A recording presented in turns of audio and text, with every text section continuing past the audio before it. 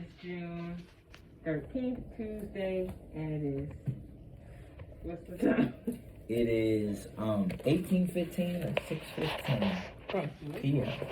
And could you state your name for this recording? Yes, my name is Antoine Prince Albert III, prefer Prince. And where are we currently? We are at home. I always refer to it as my grandparents' property because that's how I grew up, but I live here now, so I can say this is our family home. And where were you born? And where did you grow up? Yeah, I was born in Greensboro, North Carolina, actually. But no memory. I was reared the first years of my life here in Florida. But then grew up from like 2 and above to 18 in Philadelphia, Pennsylvania, in a place called Mount Airy. Mount Airy on the edge of Germantown. But I would come back to my grandparents' house every summer and most major holidays. So Easter, Thanksgiving, Christmas, New Year's. And usually like the summers out of school. Mm-hmm. So how far can you trace back your family to this area? Like the 1830s, 40s. I do believe it might be a little earlier than that, but I know we start knowing ancestors' names like around the 1830s. On my dad's side, on my dad's father's side, it would be Prince Albert I. But we know that he was, it was Prince Albert I. And then on my mother's side, her oldest ancestor is, and excuse me, let me get it, because it's right over here.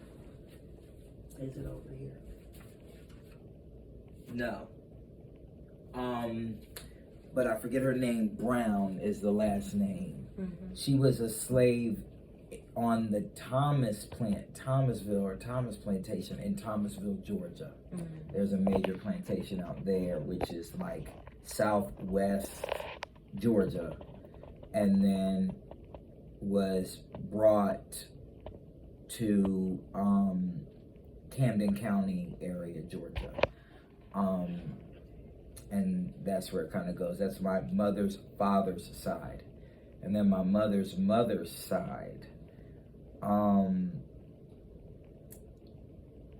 Rhodes and the Cohens and all of them, like Savannah area, descendants of like Savannah area Jews and Europeans and slaves. And I don't know much about my mother's father's mother. There's a lot of generational switches there. But I would say altogether, my father's family, both sides are from North Florida, maybe tip into South Georgia, but really North Florida. And then my mother's family is from Southeast Georgia and Northeast Florida, so a larger radius from like Savannah down to Jacksonville. And they're pretty prevalent in Jacksonville, New Berlin, places like that. So can you talk a little bit about like your journey to reconnecting with this place? Because you mentioned you were in Philadelphia and you grew up elsewhere. What is your journey?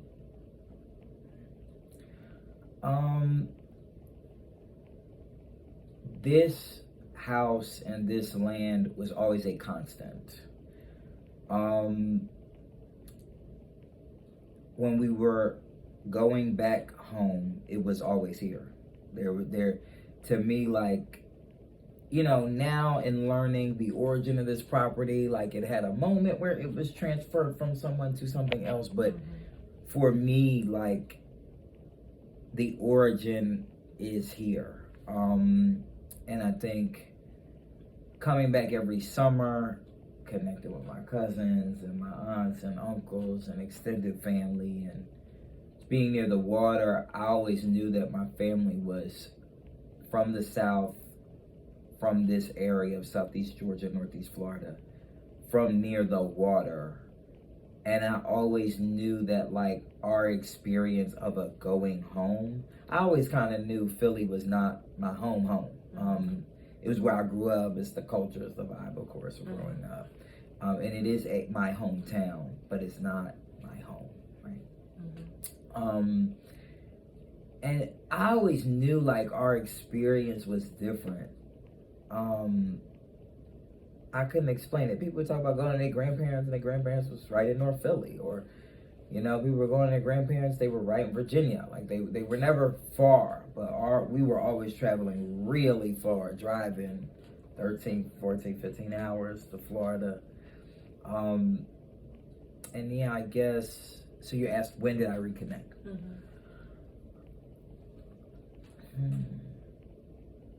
Personally, recently, I'd say a year ago. I'm gonna go a little further back than that. I mean, it's always been home for me, and I've always been interested in it, from legal, policy, environmental, social, historical. I mean, I've just always been curious. It's a curious place with a lot of history. If you pull a string, that string will keep coming, okay? And I just was always interested in it. But it wasn't until my mother passed, that she passed away December 13th, 2020, that's Sunday. And when we came down for her funeral, and we stayed a couple weeks, about 3 weeks, 4 weeks. Of course, I mean, like, it's the worst day and experience of my life. But a friend of mine, Chris, who I just talked to earlier today, bought me a book, and it was about Gullah Geechee people and the dead, right? And it was about just like some of the customs that we do, right? You know, yeah, some things we do around death. And my aunt Leola, saw me really struggling with my mother's passing. And she said to me, she said, you know, I lost my husband. She lost her Uncle Billy years ago, over 10 years ago. And she said, what I do is I, in conversation, say things that they would say, or literally reacting in a conversation as them. Like, oh, mommy was saying da da da da, right? And like literally bringing a person into a conversation by just knowing them so well that you know ways they would react to things, or talking to them, right? Literally just walking around and talking to them. And she said, that's how you keep them close to you. Then the very next chapter in the book said the very same thing. And I just began to really realize that, ironically, Zavia, I wasn't going to get over this unless I tapped into my culture and the strength of community to get through it. Because many people have lost many people before. But this was my first extremely close loss. It's a very disorienting feeling. But I can really get emotional. I could say that this place healed me by being here and being around people that knew my mother, that would talk about her. And I don't know how I would have recovered without this place. Even here by myself, just feeling her presence here in a house that she helped design. This house in particular is very interesting because, you know, my grandmother, my father's mother, Pearl Blue Albert, you know, my mother helped take care of her. They were actually extremely close. My mother even called her daughter. No in-law, no none of that.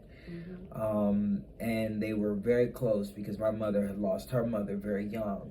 So she looked at my grandmother as a mother figure to her, and you know, she assumed that. And so I remember when we were here one summer, I was in grade school, and we got the house renovated. So it's new kitchen floors, new wallpaper, new carpets throughout the house. And it was the first time I remember that my mother and my grandmother were working together to redesign this house. And so then fast forward, you know, now I'm in it. We'll talk about how I got here in a minute, but I'm in it. And of course, you know, your first instance is like, we need to knock down, we need to expand, we need to build out, we need new windows, new HVAC, new electricity, new this and that. And one day, I think it was talking to Glenda, I just had an epiphany, like, this is not my space. This is a shared space. This is a space that is an intergenerational space. It is a physical and spiritual space, right? This is not like my apartment in DC I just bought. I can knock it down and do whatever I want. I don't care about the owners before that. It's me, right? This is not that kind of place. And there are people still living that put blood, sweat, tears, creativity, ingenuity, resourcefulness into this place. So I said, no, I'm going to do a healthy balance of reforming and remaking the space, updating this space, putting Princess Swag on the space, but also maintaining it. So my goal is to maintain the space, but to add my flair to it.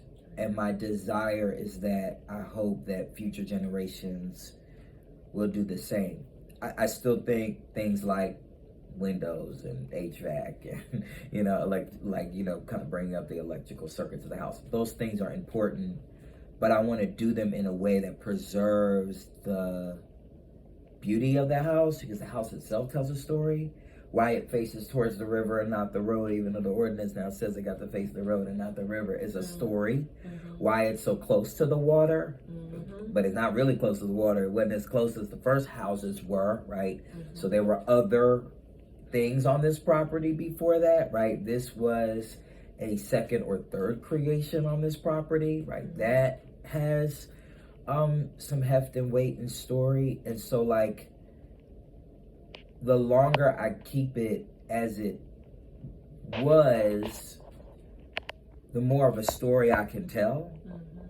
But I stop the historicity, I arrest it, I kind of like bury it, right? And dead it if I destroy it. So I think, like, really, and my grandfather used to say, we're gonna talk wisdom today, okay? Because I got some good stuff even this week. My grandfather used to say, haste makes waste. That phrase, the older I get, Zavia, the more true that phrase becomes. When you come into it, but no, we gonna do this, we gonna do that. Yeah. Wait. Yeah, I'll give you another example. You know, coming here, trees have kind of grown up around the water where we can't see the water. We do not like that, and my grandfather would not like that. But I was really days away from bringing a crew in here and chop at least portions of it down at a time, right, so we could see the water. And I was here with a guy. He actually helped put the flooring in this house 20 years ago. But he's kind of like a field hand for us, a helper. He's a really great and a mentor to me. A white man, actually. And he actually said, look at what's growing over here. And he walks me over here to the river. That's the north side of the property.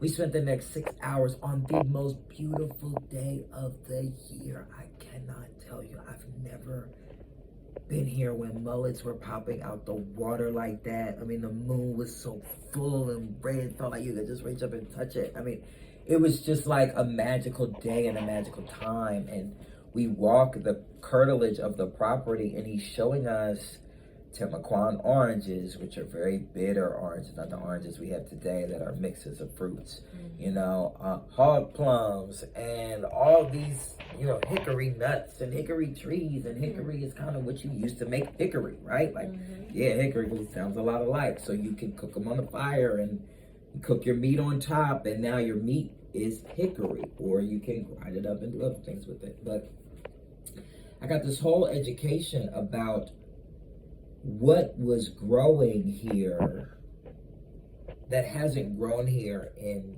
decades, but God saw a way to restore it, right? I do think there is a theme of restoration happening here, and I would have missed that had God allowed my plan to flourish and I cut them down. Not only that, I mean, the foxes, right? The trees along the curtilage are a habitat for them for the time being. Okay, for the time being. But there's something there, you know, where things grow, especially fruitful, like foraging things that you can eat. You know, that's special. I mean, that to me, I believe, could be meaning that God means humans to be there. Right? If there's something that humans can consume that is growing in a place where humans have not cultivated it, right? That might be a sign of like agreement, right? Or approval, of harmony, right? Of being here. That things can grow with me here. So, you know, really being thoughtful about not rushing to change, but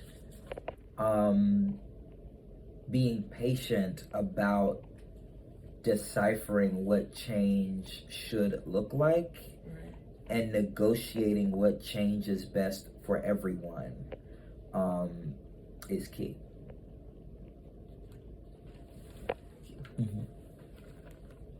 But no, I really appreciate everything that you just shared, because it really paints several pictures. It gives context for the natural landscape that we're in right now. It gives context to what you see when you have a place that is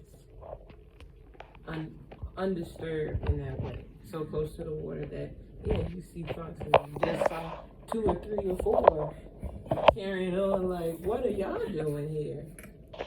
I mean, you're not seeing that the closer you get to the road, or, you know, all this development that's happening. You're not seeing that. That's right. So what do you lose in the natural habitat, that when you start building up in that way, you're not thinking about that home that you talked about. You're not thinking about waiting.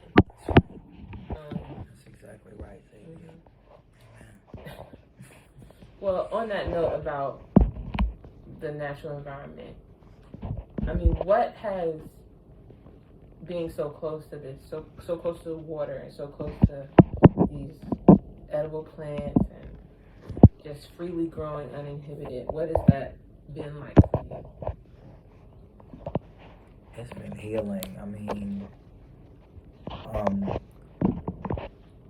you know, cultivating life, right? Like, I used this term back when I was at Morehouse in philosophy, right? That I aspire to build a space around me of things that are life affirming, right? And I think there are gauges of life affirmation to determine whether an environment is life affirming or not.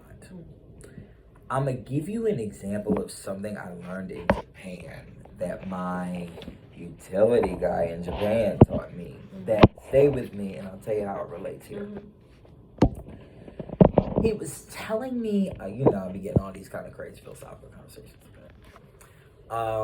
So he began to tell me that this Japanese scientist or philosopher or something did an experiment where he froze water in 2 freezers, or the freezer or something like that. It was a controlled experiment, it made sense. And in one freezer, he had speeches of Martin Luther King playing. And in another freezer, he had speeches of Hitler playing. This is brilliant. And in the freezer where the speeches of Martin Luther King was playing, the crystals were perfectly symmetrical. In the freezer where the speeches from Hitler were playing, they were asymmetrical, deformed, fell apart very quickly, and some crystals never even formed. So when the Bible says the power of life and death lieth in the tongue, I believe that.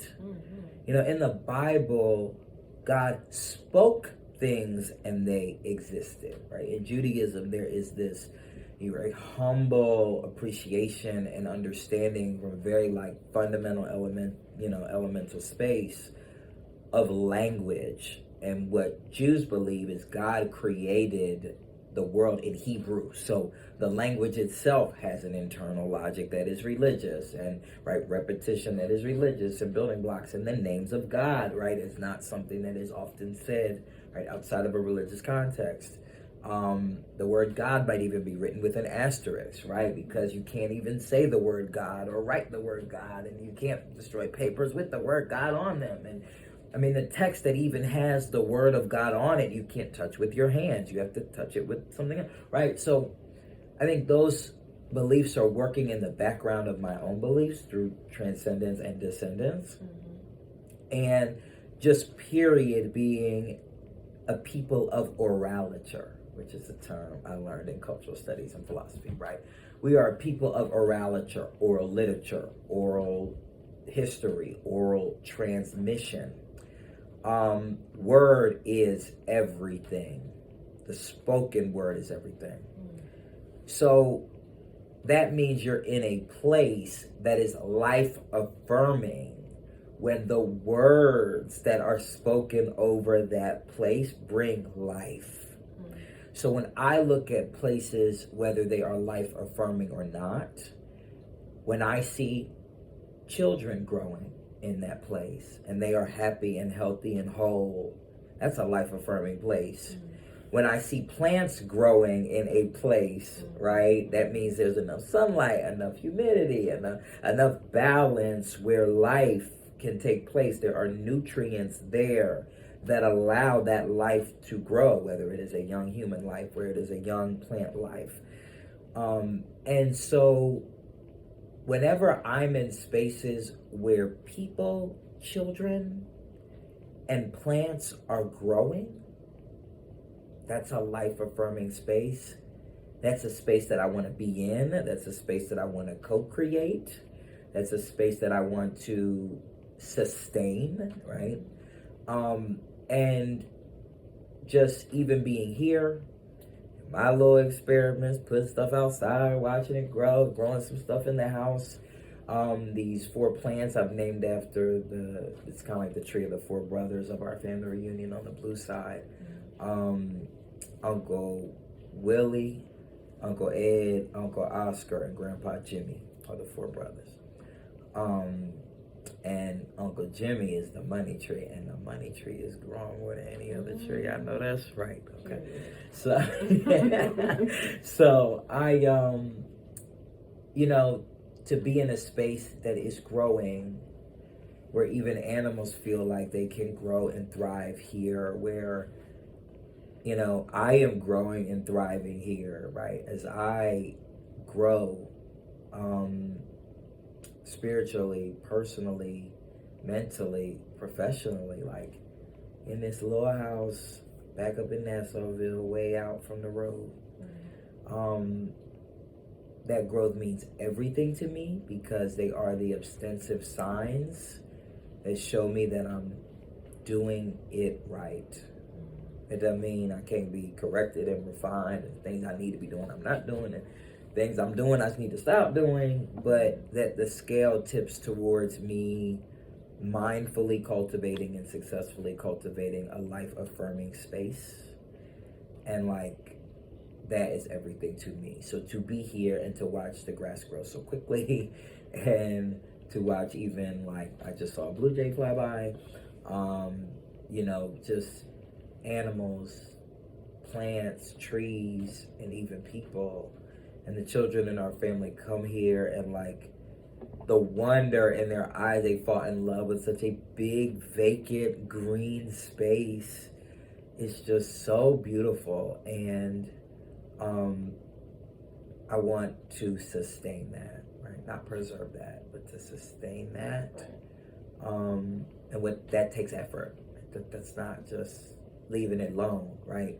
That's cultivating it, right? Cultivation, the origin of the word culture, right? It means human interaction with, to bring about growing. That is literally what cultivation means.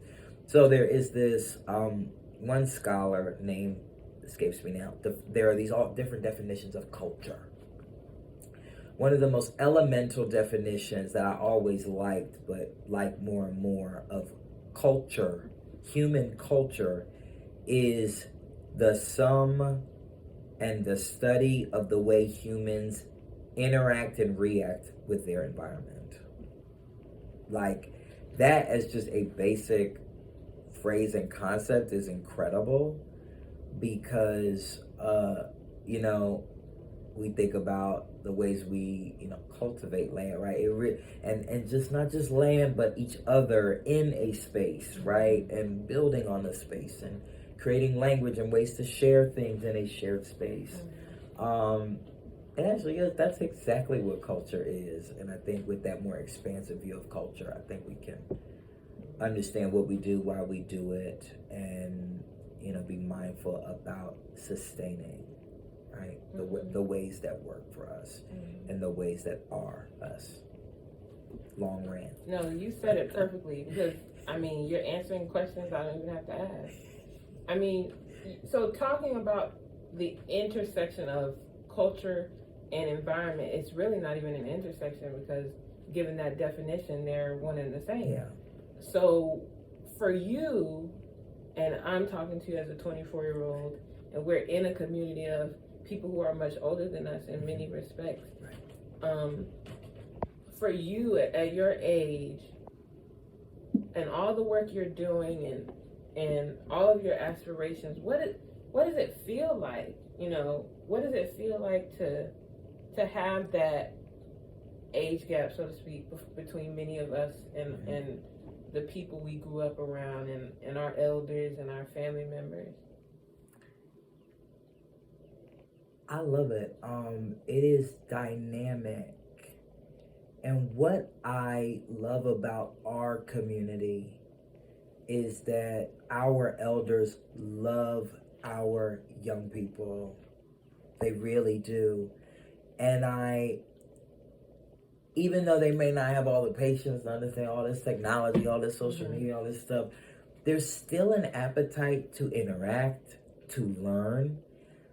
I remember growing up like my grandmother's age, so I'm thinking that's before the boomers, okay?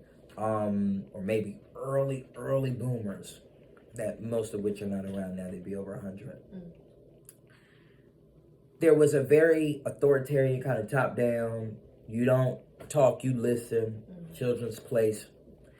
As we get to the younger generations of grandparents, we're seeing there's more of a willingness to learn that things have changed so quickly that elder people want to understand it as much as they can.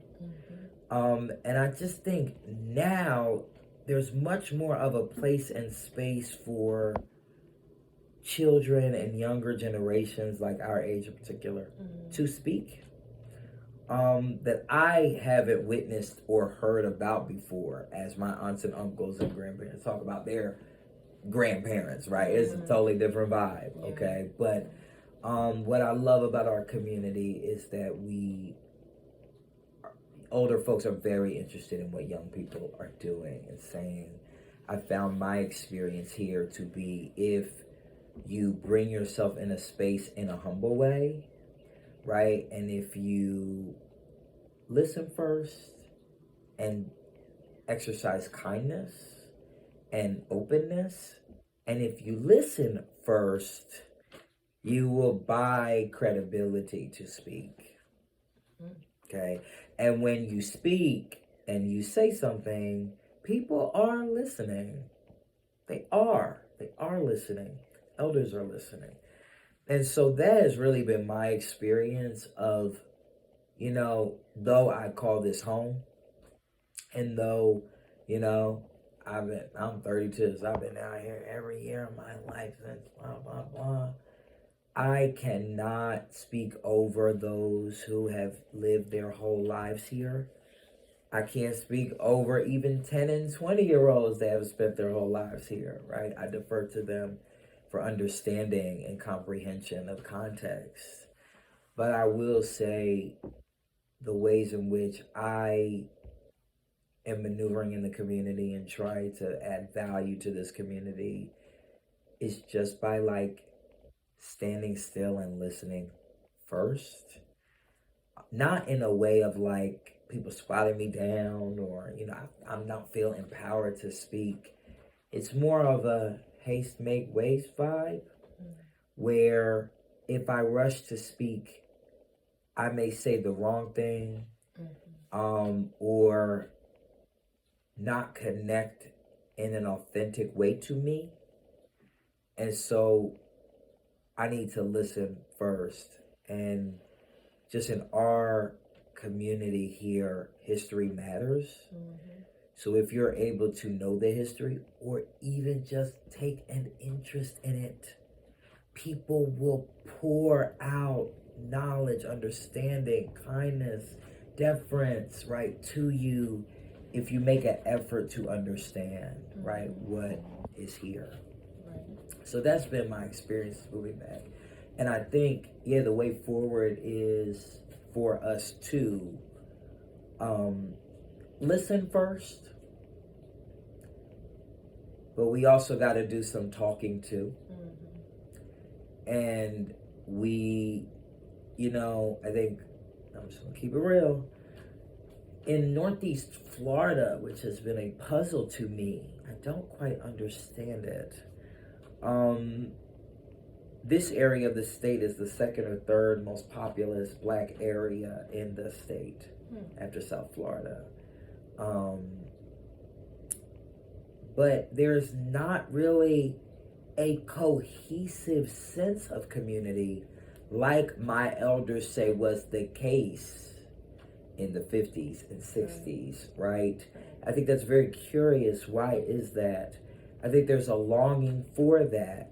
But what I also know, Zavia, which I got to keep it real, I have talked to people about that. Everyone wants there to be community, but we are the community. So if you continue to practice the same belittling, distancing practices, but you want it to change, it won't change because you are a part of it and you are not changing.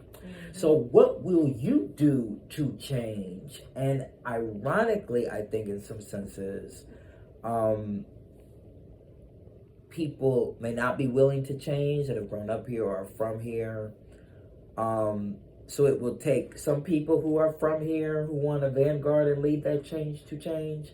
But it may also take other people coming in, right? And just having a very honest and continuous conversation with locals about opening up and about changing. But let me even fight with my own belief, okay? I'll just do the whole dialectic by myself.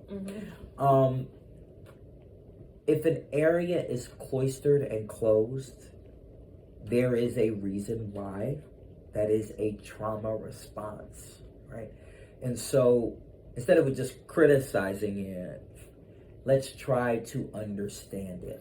I'll give you a good example. I've been going to the gym in town since October, in Fernandina Beach since October. I'm at the 5 to 6:30 a.m. crew. That's a crew. They are a certain set of people. We all look around. We know each other's face. We may not talk to each other, but we know each other's face. And we know when someone ain't been here for 3 weeks, or when, or when, we haven't seen someone in a while. That's concerning. I wonder they okay.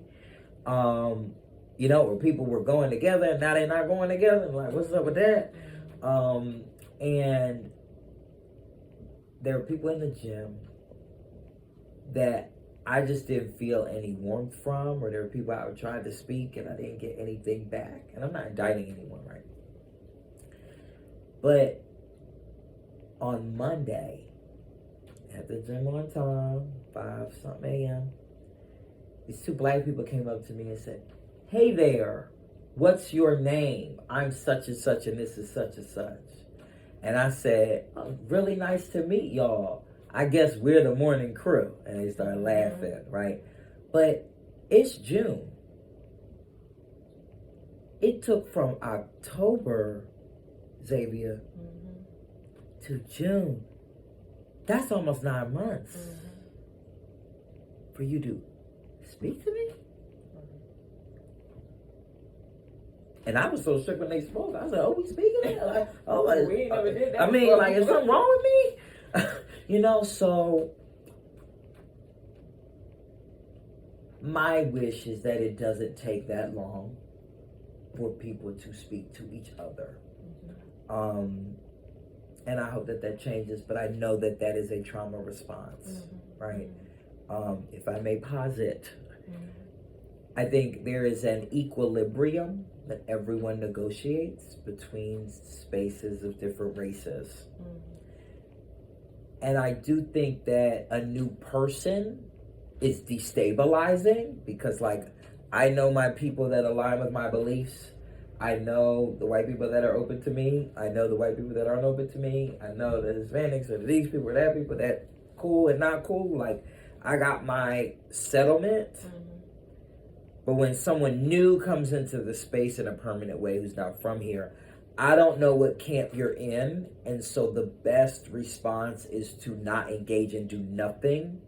Because I don't know who you are or what you're doing. And I don't want to accidentally ruin my credibility and my comfort by befriending someone who I haven't vetted first. That's odd to me, though, because what kind of fabric is such that you're afraid of someone new destabilizing what you already have? That you're not secure in what you have, right? There's something there, but not to criticize the place at all.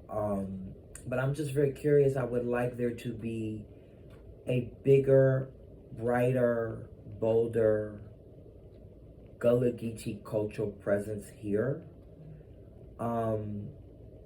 That's going to take self-acceptance, right? Another work. That's also going to take organizations and planning and coordinating, right? And introducing people to it. I hesitate to use the word indoctrinate because it has such a, such a ministerial meaning, such an authoritative meaning. But really, it's going to take some self-education, continuous and continual, to build on what, Glenda and Queen Quet have done here. But what you have done here.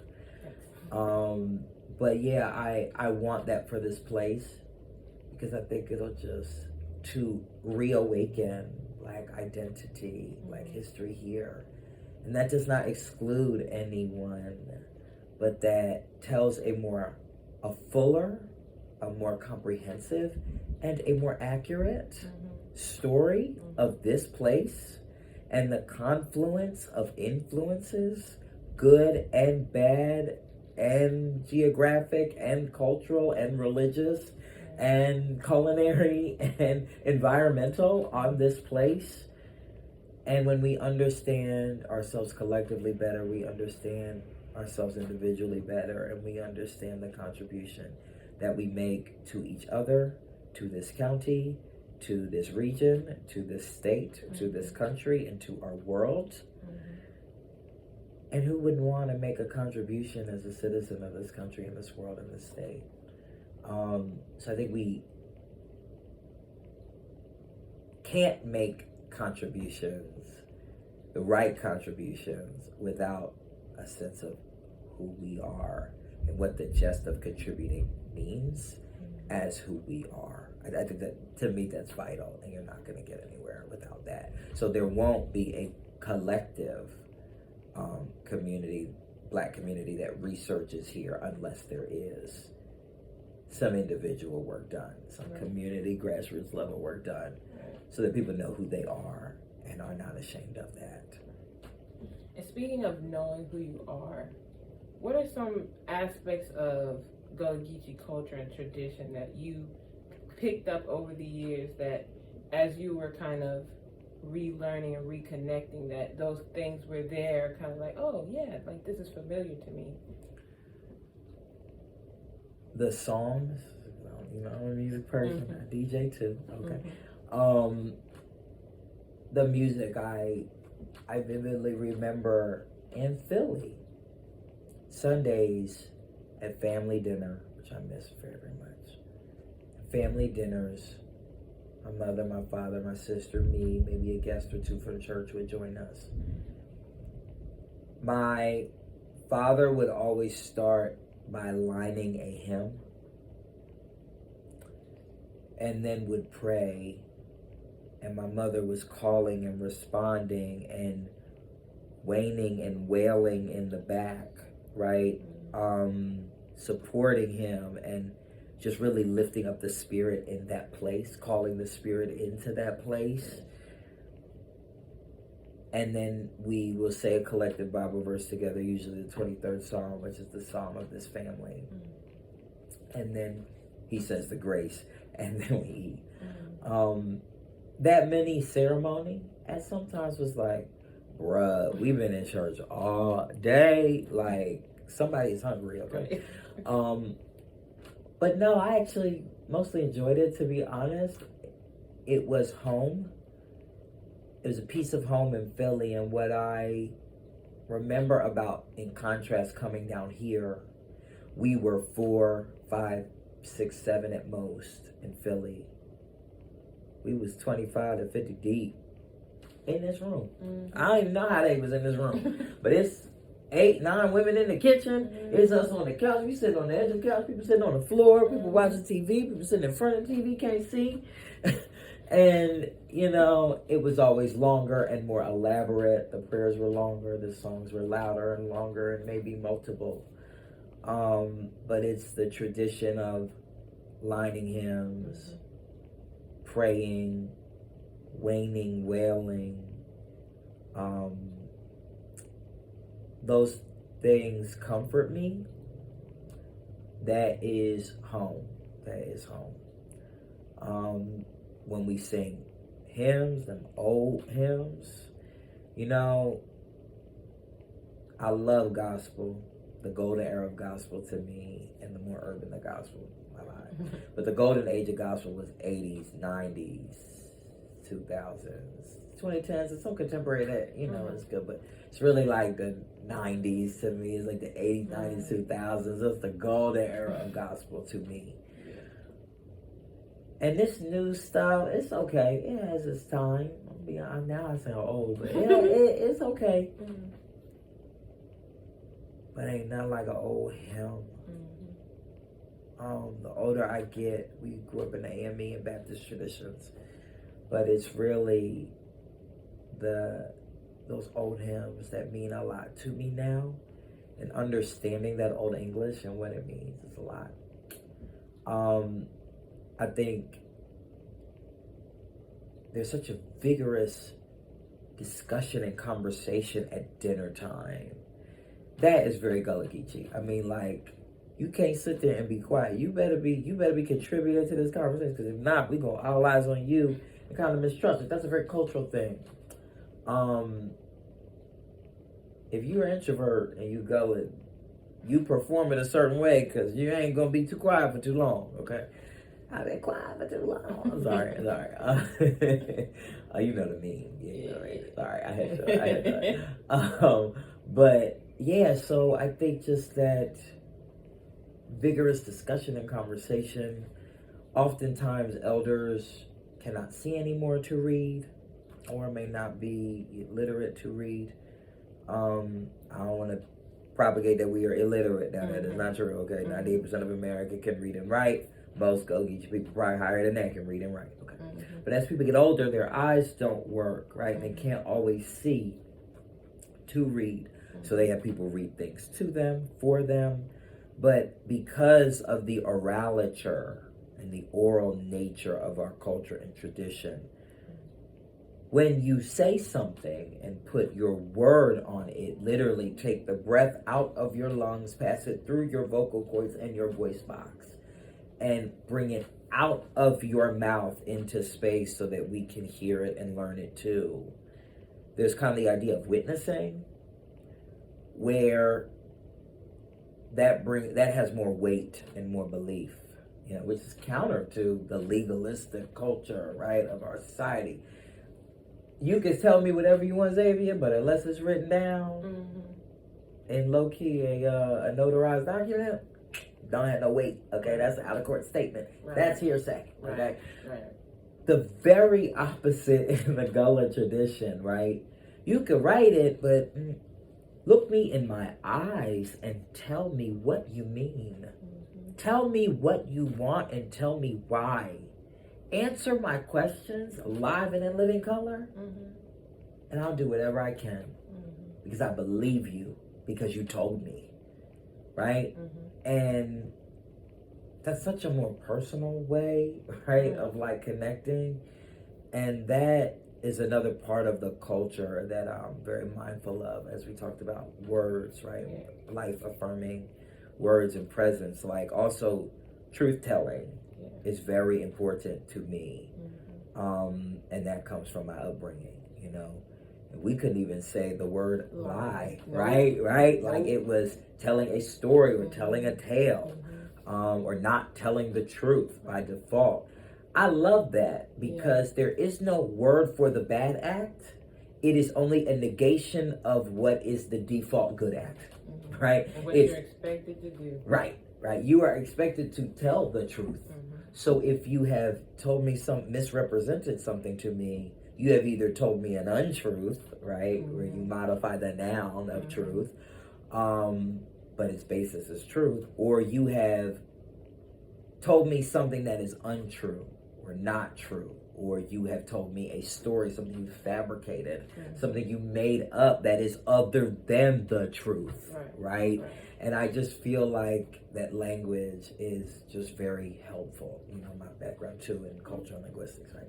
So I'm gonna go there with the language, and I think hearing Gullah too, and my favorite stuff to hear in Gullah, besides the gossip, because the gossip eats down, okay, is I love the stories about animals, Burr rabbit, Burr fox, which I'd like to investigate that more. I think Burr rabbit is really like brother rabbit, brother fox, that I think is just truncated into Burr rabbit, Burr fox, a burr hound, And most of the animals in the pantheon, I was doing like a whole study of this a couple weeks ago. Most of the animals are all tricksters, right? All of them are, right? They're just different levels of trickiness. So yeah, Burr rabbit trying to outsmart Burr fox and Burr bear and or Papa bear, and there's just this Burr snake, and it's very interesting how all of them are cunning, but the ways in which they overcome their circumstances is what each story is about. So a fox might lose to a rabbit in one sense, right? But the fox might win in another story with the wolf. Mm-hmm. And notice it's always the underdog story, right? Like foxes eat rabbits, right? Wolves kill foxes, right? But it's always the underdog that out-tricks the trickster that wins. Right. Anyway, I'm going down a rabbit hole. But yes, Zavia, the stories fascinate me. I think the percussion, the claps and contra claps, I love it. Mm-hmm. And just the vigorous emphasis on discussion is like really important to me. And it's something that even as I get older and as I manage people and run companies and stuff, what people tell me, it says a lot about them. And a track record of what people tell me is I want to ascribe to the Gullah Geechee-ness of the sacredness of word. And I'm tracking all that. I'm tracking what you tell me and then what you do. But, because you could have done what you was going to do anyway, but you didn't have to tell me that. Right? You had to tell me something different. So, yeah. So anyway, that's deep. I didn't mean to go that deep. No, there you go. That was good. Okay, so like the last thing, I guess, because you really did answer a lot of questions. I didn't even have to ask. I was going to be like, what do you like about the water? You already answered that. What do you like about the environment? You already answered that. So this is great. That means it's flowing organically. But if you would, like, could you give us a general overview of your work or your career and where you are now? I love this question. I'm going to say this in a different way. Okay, you know, I got to be different. Yeah, go right ahead. I can't sit still and be the same for nothing. Everyone loves to tell stories about their triumphs. But it's the failures that make you. Sure. And don't let me forget to say something from my grandfather about the word before you leave. It's the setbacks that are between all the 1 month intervals on the resume, right? That build the character and that animate the story. But yeah, I went to Morehouse College. I'll tell this story from here because I did it last week. Okay. So, when I was in high school, I was a sophomore in Bernie Fitzgerald's AP History class. I want to say AP US History. He let me in the class. I got in the class weeks late. It wasn't his decision per se, but I got in the class a couple weeks late after petitioning to get in the class. And of course, around Columbus Day time, we started talking about, you know, the main event in the Santa Maria and the Mayflower and the whoop-de-doo and the Indians and the slaves and the stuff. This was at a time when that was not controversial. Granted, it was whitewashed and watered down, but it wasn't a controversy because, like, how did we even get here? Like, how can we even explain how we're here without acknowledging the reality of Africans were stolen and a continent was raided and people on this existing continent risked being wiped out by any means necessary for other people from a third place to inhabit it.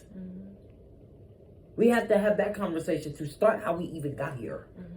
I do not understand this move to erase or render impossible the saying of that. But what I will say, going backwards before I go forward, Zavia, to interdict or render illegal and impossible our ability to talk about the circumstances that brought us here renders impossible our ability to talk about how we overcame it, which keeps us then in the cycle of cognitive dissonance and servitude. Because we can't talk about how bad it was, how people made it over, to empower ourselves, right? To make over the circumstances that persist and evolve from the challenges of that time that stem directly from the challenges of that time. So I clearly, you know what camp I fall in. We need to have the conversation. But anyway, at the time when this was not controversial, a number of years ago, I read about Columbus and Magellan and all of it, and Lewis and Clark, and, you know, recording all the Indian languages and charting all the rivers in America and all blah, blah, blah. It just hit me in a way for the first time. You're reading that for the first time, right, in that grave detail. That just did not sit with me. It did not. And I approached Mr. Fitzgerald about a response. I wanted to author 5-minute remarks. I was on the speech and debate team. At the time, I was a national ranked competitor. And I wanted to use my skills of speech, which clearly have been cultivated in the Gullah-Geechee environment that is very oral. Okay, that's not an anomaly, right? That comes from directly from that cultural upbringing. But I wanted to use those skills to address why Columbus Day should not be Columbus Day. We need to do something else with this day, but not this. Okay, this should not be celebrated. Sure enough, I came to the class. I said, he let me do it. He was like author of chaos. Randy Fitzgerald loved that kind of stuff because it was showing engagement with the literature, right? Not just reading it and going on, but engaging with it, right? That's very much Mr. Fitzgerald. He was a phenomenal professor. I hope he is. I need to call him. He's a phenomenal professor. And the class, for the rest of the class, they just one by one saying, but what about race relations? Da, da, da. And I just was responding. I remember just one by one. There's speech and debate in action. Do. And that's when I realized I got a passion for this. Something with this that I got to do something with this. So over the course of my time, I ultimately, I'll tell you a story. The short version. I wanted to study Africana studies diasporically because I was really, beefing up my Spanish at the time. I grew up speaking Spanish as well. I have some of that heritage as well. We'll talk about it another time. From the Caribbean, particularly the Dominican Republic, maybe Cuba, but as well. But anyway, I was like really getting good at my Spanish. I was asking these questions in Spanish class and like going off. Like I was kind of doing my own curriculum. And I wanted to go to an Ivy League because it's what I thought I deserved. It was the best of the best. I thought I was the best. And that's what I wanted. I got rejected from the Ivies I applied to. I think I applied to Harvard, rejected. I applied to Penn. I think I got waitlisted. I applied to Princeton. I love Princeton. Oh my God. Rejected. I was so upset. But there was still some time left for me to apply to Morehouse College. I applied to Morehouse College. I will never forget the day. And Wanda said, I was so upset I did not get into bed straight away. So my parents made a deal with me. All right, if you go to Morehouse, we visited Morehouse. Well, first of all, we visited Morehouse. It was just like, okay, Atlanta's kind of like the vibe, like, it's real black, and that's cool, like, okay, like, let's see what's up. Went there, kind of saw guys dressed up in suits, and was like,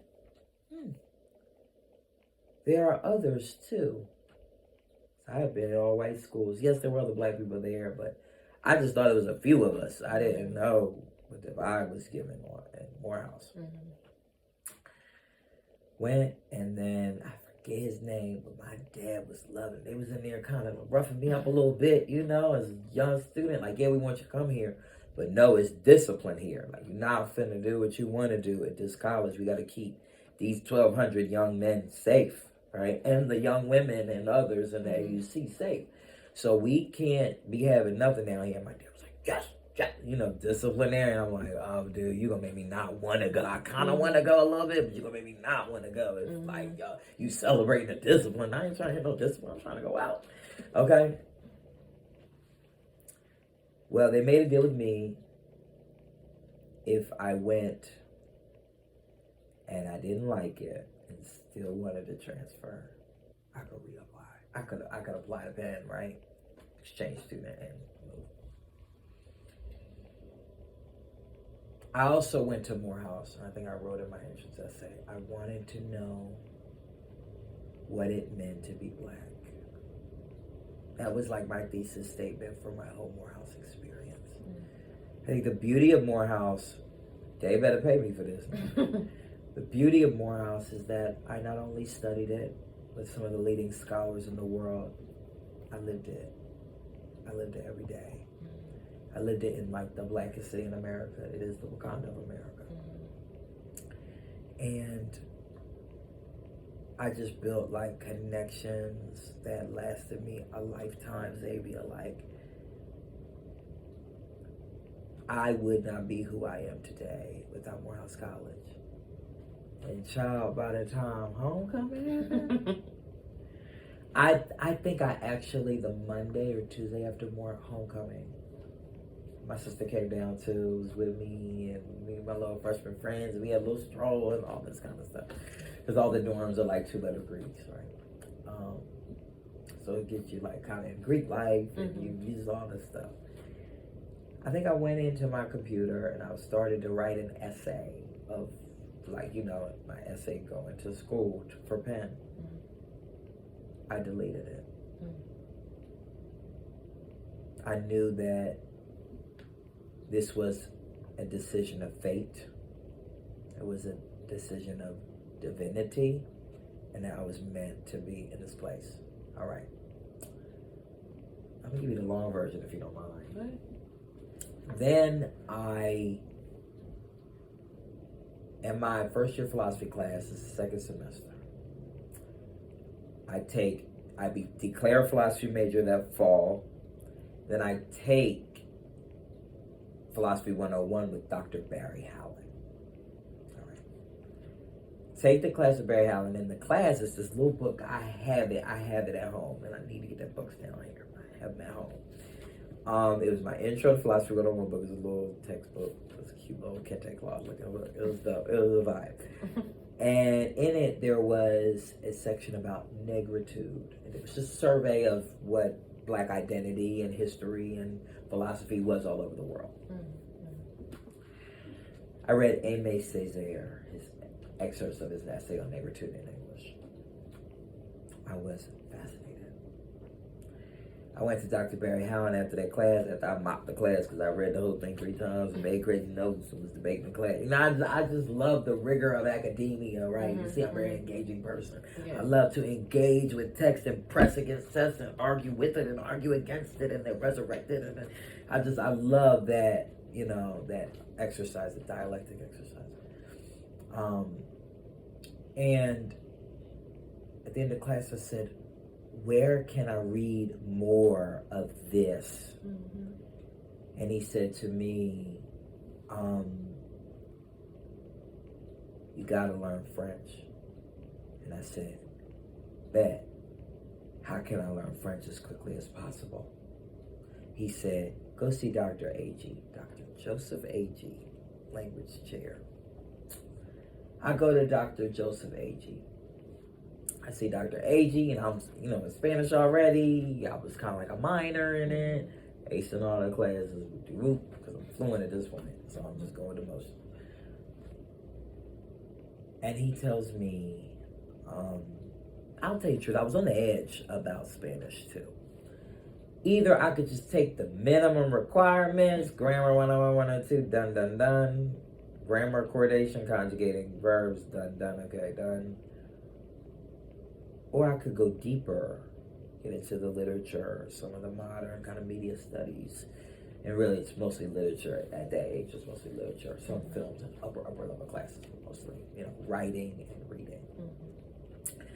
And I was at a crossroads. Could I just do the minimum and get by and not declare a minor or major, or should I declare a double major or a minor? So I started with a minor, modest, philosophy major, Spanish minor.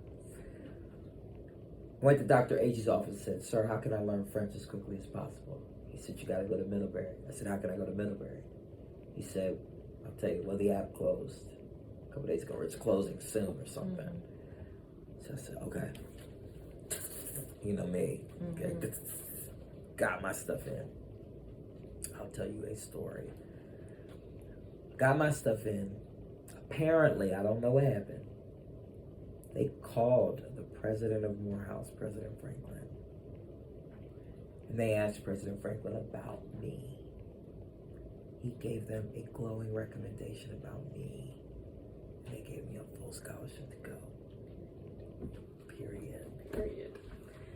So I went, and literally so they do an intake interview when you're there, because I told them I speak Spanish. So sometimes they won't start you in. There's 4 undergraduate levels in the French school, okay? And Middlebury is the leading immersion program in the world, point blank, and the period. I think now they have up to 11 or 13 languages, but French was the second school after German. So French is literally there's a place on campus called Le Chateau, and it's literally like a little castle. Look, it's beautiful, it's gorgeous. Okay.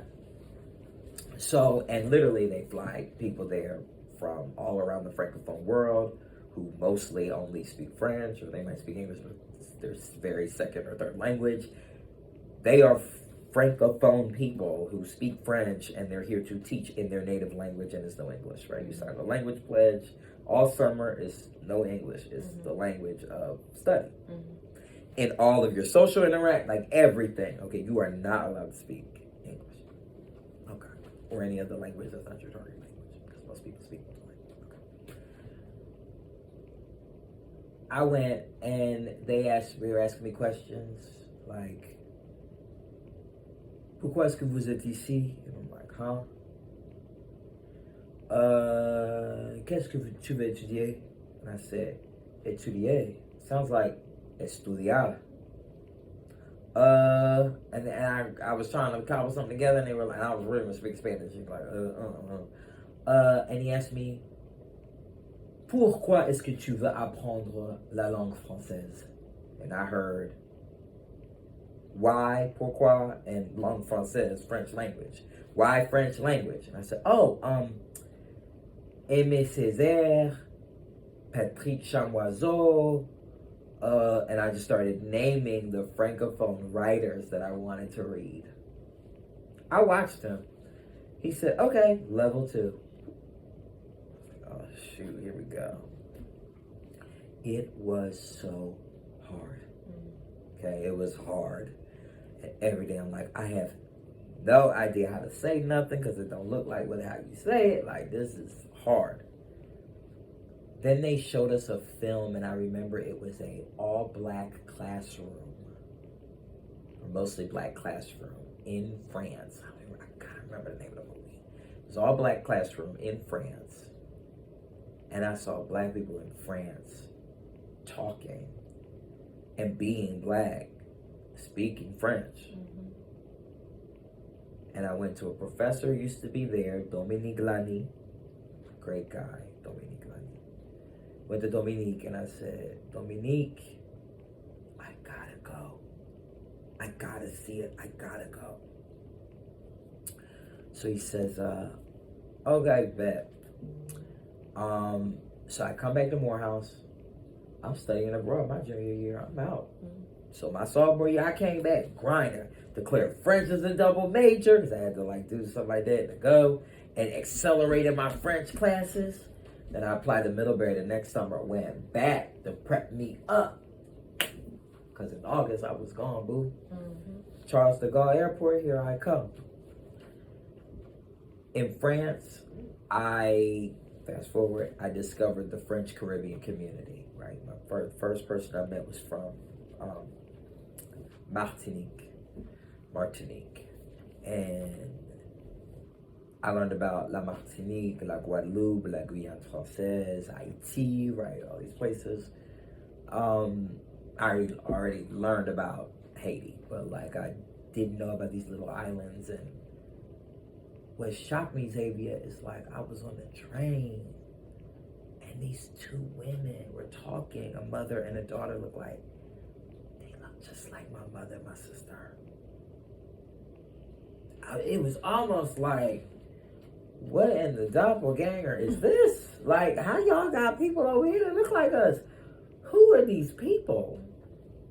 How I now understand that, how I quickly understood that, was they were also transported in a transatlantic slave experience. So ethnic mixture was there, right? Reactions to that, slave descendants is there. That really differs from cultural realities in Africa, right? From Africans.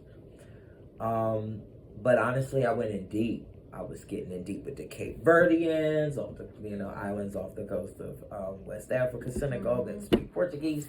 So I was learning a little Portuguese and trying to learn a little Creole too. I'm conversing in Portuguese and Creole because of that experience, and maîtriser mon français, like mastering French. And within 6-7 months in, I was like pretty much fluent, like violent, like at this point. Okay, right, papers in French. I was at a master's level doing some master's level classes in philosophy and French because I classed out of all the classes that I could take at the undergraduate level. I needed more. I went in deep, Xavier. And I'm gonna fast forward to the professional stuff later.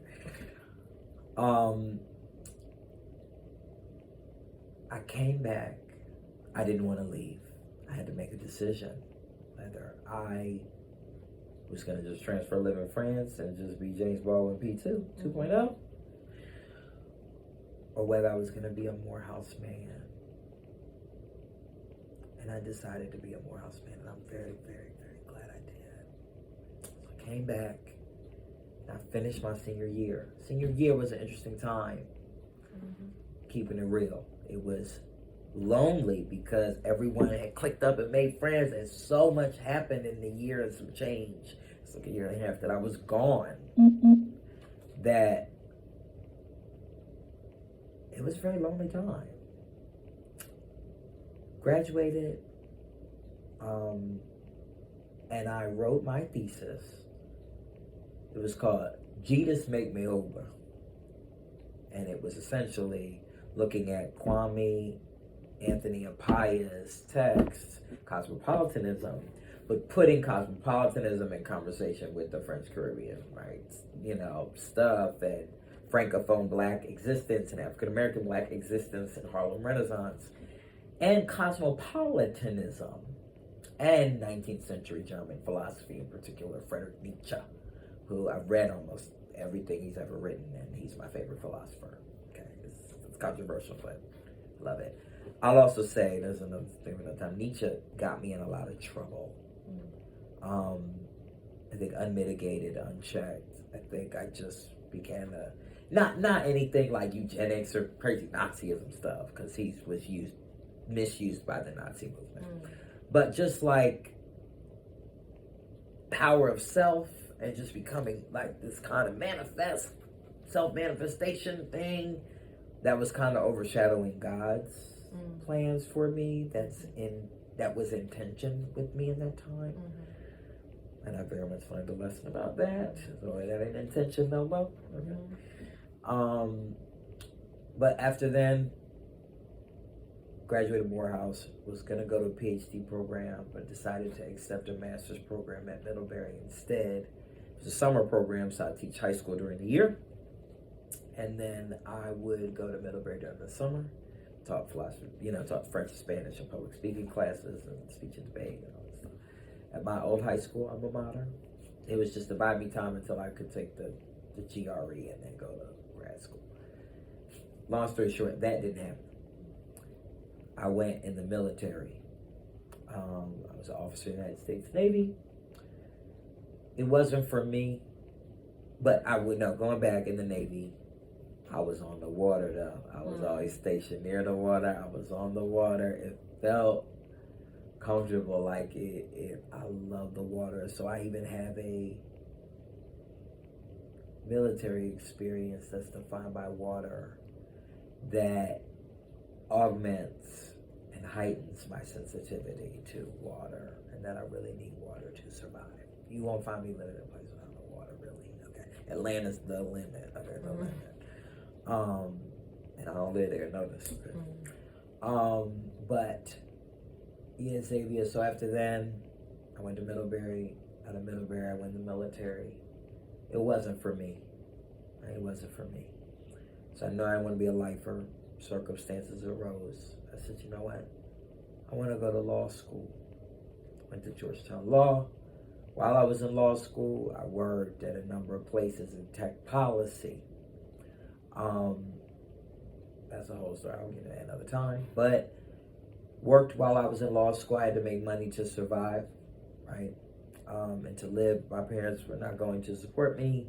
Yeah, there was some stuff I could do, but I wanted to economize my time. Yeah, I could work some job that has nothing to do with law and policy, but then here's the problem.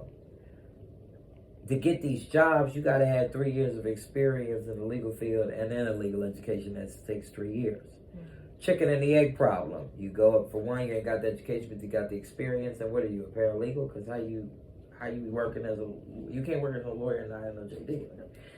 So it's like, either you don't have the education and you can't be a lawyer, you don't have the experience and they won't hire you. I said, I'm going to do both. Okay, I'm going to do both of them. I'm going to get the experience while I work in law school. Long story short, technology policy found me a man I will credit on this tape, because I hope it lives one day, by the name of Alvaro Bedoya. Mentored me and helped me get my sea legs in tech policy. And once I started getting it, vibing with it, I worked at the oldest civil rights organization in the country. I was their first tech dedicated person, their first tech dedicated fellow that they've now augmented that position. I was there for 2 years. I did a stint in Senator Wyden's office. Now I'm going out of order, but Senator Wyden's office, at the Center for Privacy and Technology at Georgetown Law. Then I worked at a time at the Institute for Technology, Law, and Policy at Georgetown Law. So clearly, Georgetown has multiple tech institutes. They're one of the top 2, 3, I say number 1, place in the country that do technology, law, and policy, which is a very peculiar, and apart from just tech law or law that involves technology in a more abstract way. And because we're in DC, right, the Hill is right there. So of course I worked on the Hill, worked with the Hill, worked off the Hill. And then, but I've also in that time started my own companies, right? And really trying to bring my grandpa Jimmy, the money man, the money tree, and his experience of entrepreneurship, right, of Black business determinism and entrepreneurial determination. And so I'm empowered to do something with that now. Now I work as a nonprofit consultant. I consult with the largest nonprofits in the world. Incredible people, incredible work. But I still keep my thumb on the pulse for tech policy. I do a lot of media hits about tech policy, how it affects queer people and Black people and Latinx people and immigrants and women, and right. I'm a very intersectional minded person. I want to say, I don't mind speaking up for others. I don't mind studying other people that aren't us. I think that's very important to demonstrate to people. I'm not just here to talk about me all the time, and I don't just care about my issues. That until all of us are free, none of us are free. And for all of us to be free, some of us got to care about us and other people too. Say something controversial.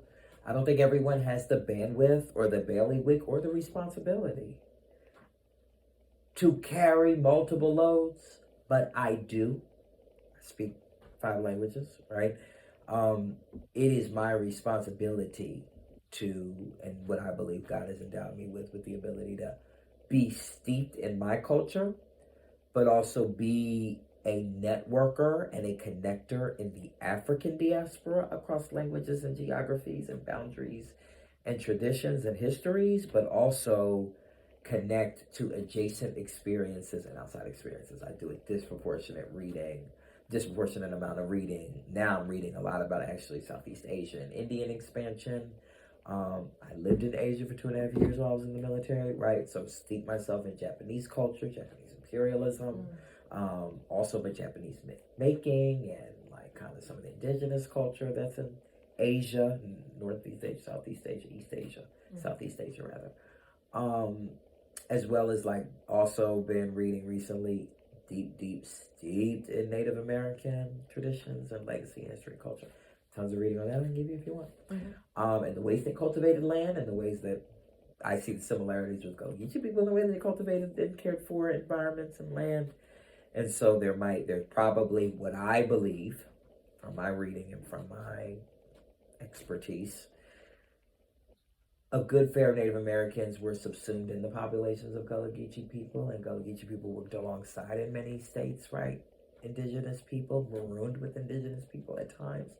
There was an exchange, a free exchange of information and environmental cultivation, sagesse and savoir-faire that I think we need to explore. If I have the time in my lifetime, I would love to partner with indigenous folks, the Yamasee Indians and the,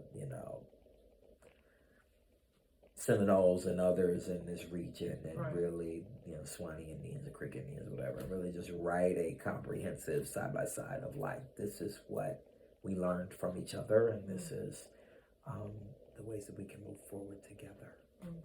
But I really see myself as like a intercultural connector. I also speak Spanish, right? Florida, humongous Spanish-speaking international population, a humongous diaspora, of which I am a part too, right? So, but engaging in that as a Black identifying and a Black assumed person, I think is real, right? I'm not here to escape from Blackness and what it means in every form, in every diaspora, because there is more than just one.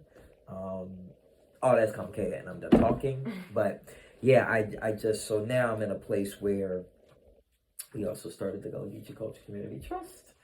And it just really, I'm now, Zavia, like leaning into what I want to do and what God has called me to do. And I say the mistakes made me, because they did. And they pushed me to the next opportunities, right? And in every opportunity, discomfort kept me from settling there. Right? Something in my spirit was disquieted, and I needed to move. And looking at all the experiences that I got, how law and policy work at the highest levels, how they work at the state and local levels, I'm learning now, right? How provincial it can be, how relational it can be. Working as a lobbyist taught me how to build relationships. Working in a nonprofit, having my own business, taught me about budgeting and finance and, financial risk management and corporate governance and, ways to make money and entrepreneurship and fundraising and, right? I think skills that I want to use. I don't know how they're all going to fit together yet, but I'm going to let God write the story and co-create with him as he wants to involve me. But long are the days where I'm trying to write my own story. I think God is writing it for me. And it's unique to me. It don't sit in one place too long. It don't settle and get stale and cold. It's colorful. It moves. That's my spirit. That's my energy. And God gave me that. Period. Okay? That was perfect. Thank you. You're welcome. You're welcome. You said you wanted to mention something about your grandfather, and I had one more thing, which was in like a sentence or a few phrases or words. How does the water make you feel? Connected. Peaceful. I think of displacement, travel, I love canoeing and like kayaking and stuff like that. So those are Native American things, right? Not so much the motorboat and the big shit. Been there, done that, girl. Give me something I can work out too. But I also think of the word blue. Because my grandmother's maiden name was Blue. The color blue is increasingly having a lot of meaning for me. My name is Prince, so purple means a lot to me. But two colors often associated with Gullah Geechee people are red and blue, right? Paint blue, indigo, right? Blue is a motif in our culture. So is red, right? As an enlivening, kind of like very spiritual, blood of Jesus, right? Red and other meanings of red. Red in the African American flag, right? So you put red and blue together and you get purple out the same, right? So when I think of water, I think of blue. And I often on the water try to wear red, actually. I try to do that little thing. That's how the water makes me feel. And I feel at peace.